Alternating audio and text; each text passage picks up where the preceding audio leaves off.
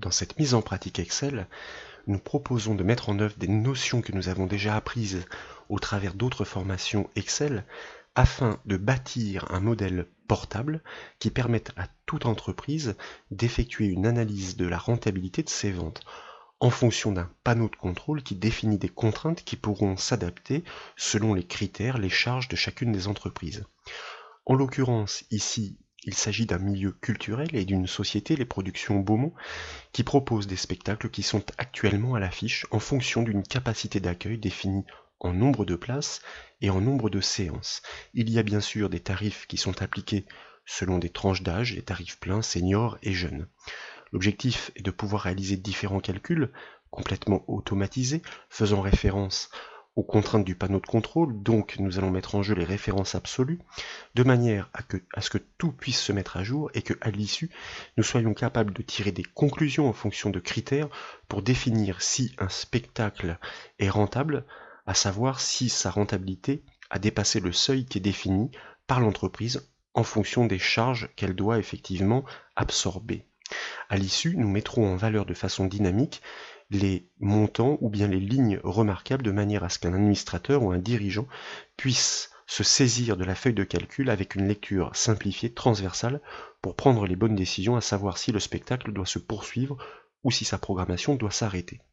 Pour commencer, les calculs que nous propose ce modèle sont très simples puisque, dans un premier temps, nous devons réaliser la somme des nombres de places disponibles pour l'ensemble des spectacles en fonction des salles et la somme des séances qui sont proposées pour ces programmations.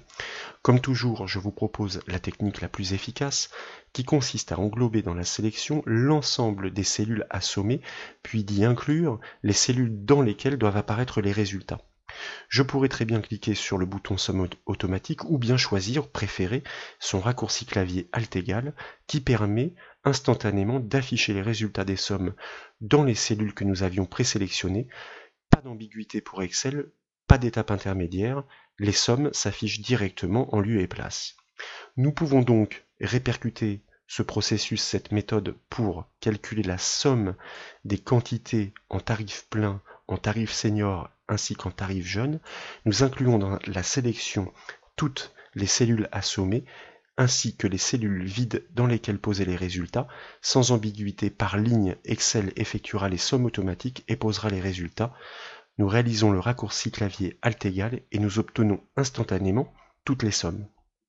Ensuite, les calculs se compliquent légèrement, c'est fort logique. Il s'agit ici de calculer le nombre total de places disponibles. Eh bien, nous savons que pour chaque spectacle, il y a un nombre de places par séance, et nous connaissons le nombre de séances. Donc, il s'agit de multiplier ces deux valeurs. Jusque-là, très simple, sachant en plus qu'il n'y aura aucune référence absolue, ça veut dire aucune cellule à figer, sur l'ensemble des cellules à calculer, puisque lorsque nous répercuterons le calcul, eh bien, il faudra bien, en se déplaçant vers la droite, prendre en compte les nombres de places et de séances qui correspondent aux différents spectacles sur la droite. Comme toujours, je vous propose une méthode efficace qui consiste à présélectionner l'ensemble des cellules à calculer pour éviter de tirer la poignée, de commencer le calcul par le symbole égal comme si de rien n'était, puisque dans une plage présélectionnée par défaut, la première cellule est active, donc nous posons le calcul pour cette première cellule, égale le nombre de places, nous sélectionnons la cellule, multiplié tout simplement par le nombre de séances. Surtout, à l'issue, nous validons le calcul non pas par entrée, mais par le raccourci CTRL-entrée, si bien qu'en même temps que nous le validons, nous le répliquons sur l'ensemble des cellules présélectionnées en décalant le calcul. Nous le constatons en double-cliquant sur la cellule. Vous remarquez en effet que pour la colonne E, le calcul s'est bien déplacé sur les colonnes vers la droite pour intégrer le nombre de séances de la colonne E, c'est-à-dire du spectacle Une famille formidable, et le nombre de places. Poursuivons avec les calculs.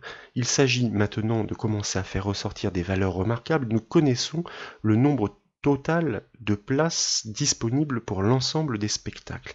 Il s'agit maintenant ici de calculer le nombre de places non louées. La différence entre les deux nous donnera déjà une première indication sur la rentabilité potentielle des ventes réalisées sur chacun de ces spectacles. L'objectif pour calculer justement Cette différence, ou plutôt ce total de places non louées, consiste donc à réaliser une différence entre la cellule B13, la première qui est au-dessus, c'est-à-dire le nombre de places disponibles, et celles qui ont effectivement été vendues, en prenant en considération les indications qui sont données dans le tableau situé juste au-dessus, c'est-à-dire la somme des nombres de places vendues en tarif plein, tarif senior et tarif jeune. Le calcul est très simple à réaliser, il s'agit donc d'une différence, nous présélectionnons comme toujours l'ensemble des cellules du calcul, nous initialisons ce calcul avec le symbole égal, nous souhaitons tout simplement d'abord emprunter la valeur du nombre total de places maximum disponible donc, à laquelle nous allons soustraire la somme des places réellement vendues.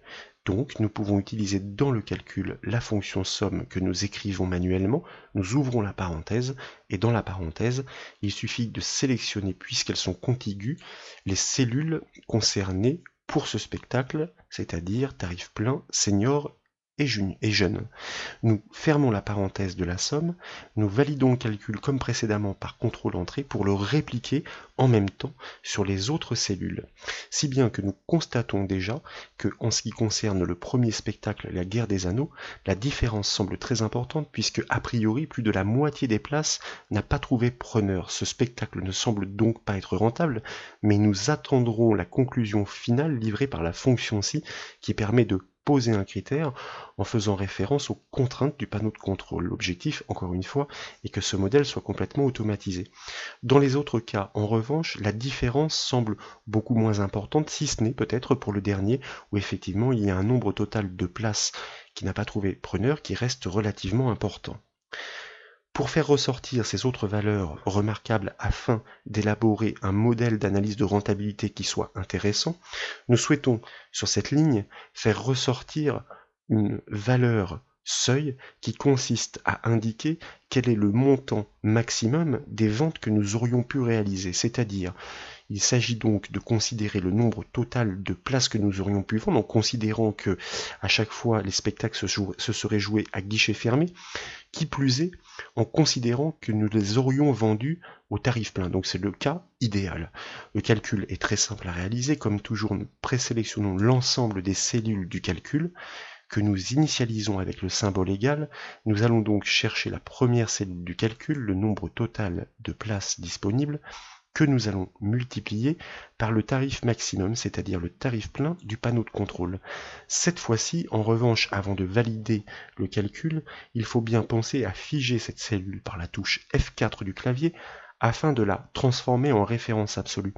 Car lorsque nous allons valider ce calcul par contrôle-entrée pour le répliquer en le déplaçant sur la droite, c'est-à-dire en colonne, bien sûr le B13 nous ne le figeons pas, car il va se transformer en C13, D13 et E13 pour pouvoir considérer les totaux des places disponibles des autres spectacles, mais qui devront être chacun multipliés à chaque fois par le même tarif plein qui lui ne doit donc pas se déplacer. C'est la raison pour laquelle nous le figeons. Contrôle-entrée, nous validons ce calcul et nous le répliquons par la même occasion sur l'ensemble des cellules qui avaient été présélectionnées.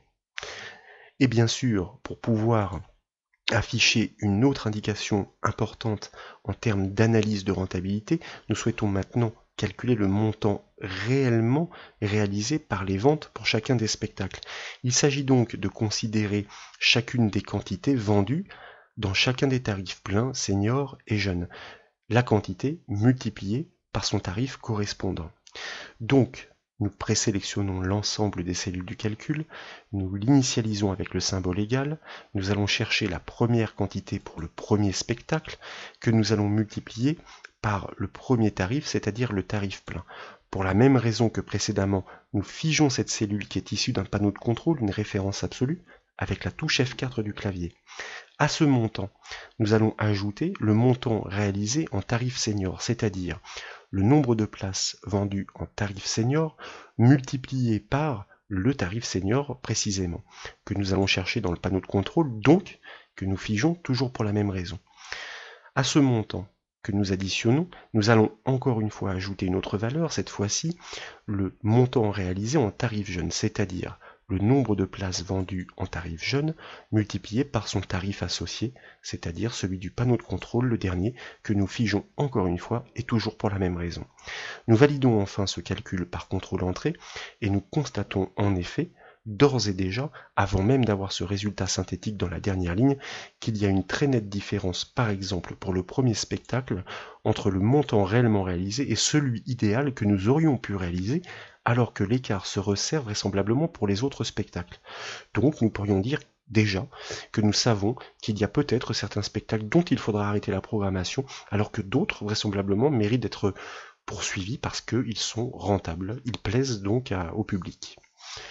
Avant de réaliser la dernière ligne de calcul pour la synthèse et le critère, ou plutôt la conclusion, nous allons réaliser les petites sommes qui sont proposées sur l'extrémité droite du tableau. Comme toujours, nous sélectionnons l'ensemble des cellules assommées et comme nous débordons sur la droite, Excel comprendra qu'il s'agit de réaliser les sommes par ligne pour poser chacune d'elles dans la cellule qui est laissée vide volontairement, qui est sélectionnée Alt égal ou somme automatique, et constater, c'est très confortable, qu'en instantané, nous obtenons en effet tous les résultats de calcul. Dans la dernière ligne, et c'est là que ça devient très intéressant, nous souhaitons afficher le résultat sans équivoque, oui, non, est-ce que le spectacle doit se poursuivre ou bien est-ce que sa programmation doit s'arrêter, oui ou non. En fonction de quoi? En fonction du taux de rentabilité. Est-ce qu'il est supérieur à 75% ou bien est-ce qu'il est inférieur? Ce taux de rentabilité va dépendre du ratio qui existe entre le montant réellement réalisé et le montant idéal des ventes maximum. C'est donc une division. Si ce ratio est supérieur, le spectacle est considéré comme rentable, sinon il est considéré comme non rentable. Nous présélectionnons l'ensemble des cellules. Il s'agit d'un critère à vérifier, donc nous utilisons la fameuse et fabuleuse fonction conditionnelle si présentée à maintes reprises dans les supports Excel sur le site bombage.fr. Trois arguments, le premier étant le critère, c'est-à-dire les cellules à comparer pour le taux de rentabilité, quoi faire lorsque ce critère est vérifié et quoi faire dans le cas contraire. Si le ratio entre les ventes réellement réalisées divisé donc par les ventes maximum qui auraient pu être réalisées est supérieur au taux de rentabilité que nous allons chercher dans le panneau de contrôle, donc que nous figeons avec la touche F4 du clavier, si bien que notre modèle sera complètement dynamique et automatisé à l'issue, nous le confirmerons d'ailleurs, alors, point virgule, nous souhaitons afficher l'information oui qui permettra d'indiquer que le spectacle est considéré comme rentable. Dans le cas contraire, eh bien, nous afficherons la mention non qui indiquera que la programmation doit s'arrêter. Nous validons comme toujours le calcul par contrôle entrée pour le reproduire sur l'ensemble des cellules et constater que vraisemblablement, parmi les 4 spectacles qui sont proposés, 2 seulement sont à poursuivre, tandis que 2 ne sont pas rentables parce que leur taux de rentabilité est inférieur aux 75% défini dans le panneau de contrôle. Qu'en est-il désormais si, par exemple, nous changions ce seuil de rentabilité parce que nous pourrions imaginer que nos charges ont baissé à 65%? A priori, rien pour l'instant. Si nous le ramenions à 50%, en revanche, vous remarquez qu'il y a un spectacle désormais qui est intégré dans le seuil de rentabilité qui confirme que nous pouvons le poursuivre. L'intérêt de cette démonstration consiste à confirmer que l'administrateur à l'issue n'aura plus qu'à changer les valeurs dans le panneau de contrôle pour que tous les calculs à l'issue se mettent à jour. Ce que nous devrons saisir, c'est les nouveaux spectacles qui sont à l'affiche, les places disponibles et les séances programmées qui sont prévues pour que tous les calculs se mettent à jour et que les conclusions se tirent par elles-mêmes. Pour que les résultats soient encore plus flagrants, nous allons remettre la contrainte de départ de manière à avoir les mêmes conclusions. Il est intéressant de pouvoir attirer l'œil du lecteur qui n'a pas connaissance du tableau à l'origine afin de lui démontrer par un jeu de couleurs dynamique quels sont les spectacles instantanément à poursuivre ou non. L'interprétation s'en trouvera simplifiée, les conclusions sans équivoque, et donc ce sera un gain de temps pour tout le monde et nous aurons à l'issue battu un modèle comme nous le souhaitions d'analyse de rentabilité automatisé et dynamique. L'objectif donc serait de faire ressortir en même temps les noms des spectacles et les conclusions qui leur sont associées d'une couleur dynamique qui s'adapterait en fonction des seuils de rentabilité atteints ou non. Pour ce faire, nous allons donc appliquer une mise en forme conditionnelle sur l'ensemble de ces cellules que nous présélectionnons ensemble puisque ce sont elles et seulement elles qui sont concernées par ce format dynamique. Puis, nous allons dérouler depuis le ruban accueil le bouton mise en forme conditionnelle et comme cette règle est un peu particulière, nous n'allons pas prendre celles qui nous sont proposées par défaut, nous allons choisir dans la liste nouvelle règle. Et dans la boîte de dialogue qui suit, nous allons directement choisir la dernière rubrique, à savoir utiliser une formule. C'est la formule en fonction des valeurs sur cette plage de cellules qui vont permettre de définir le format dynamique qui devra se déclencher. L'objectif est de dire que pour l'ensemble des cellules sélectionnées, si l'indication en dernière ligne est oui, à ce moment-là, nous faisons ressortir l'information en couleur pour qu'elle soit plus évidente. Dans le cas contraire, nous laissons une mise en forme neutre. Donc, nous commençons ce calcul avec le symbole égal, et puis nous allons bâtir la formule de référence en considérant la première cellule de la sélection, c'est-à-dire la cellule que nous cliquons, B18. Et là, volontairement, il s'agit d'une cellule que nous allons laisser se déplacer de colonne en colonne, mais pas en ligne. De colonne en colonne, pourquoi? Parce que l'ensemble des valeurs suivantes, oui, oui et non, doit être analysé tour à tour. Mais pas en ligne, parce que les titres de chacun des spectacles ne doivent pas être considérés dans la formule. Donc nous enfonçons une première fois la touche F4 pour constater que le dollar se place devant l'indice de ligne de la cellule. C'est exactement ce que nous souhaitons. Ça veut dire que la cellule dans le calcul ne va pas se déplacer en hauteur, mais elle va bien se déplacer en largeur, c'est-à-dire en colonne. Si la mention indiquée dans cette cellule, ou plutôt ces cellules qui vont être parcourues par la fonctionnalité de mise en forme conditionnelle contient bien l'inscription oui, à ce moment-là, eh bien, nous allons lui appliquer un format dynamique associé, à savoir, pourquoi pas, par exemple, une police en gras, pour pouvoir la faire ressortir, et une couleur qui tranche.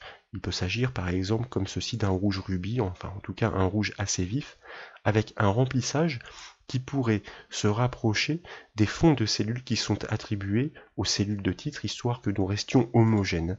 Nous cliquons par exemple sur ce jaune pâle, et nous validons par OK.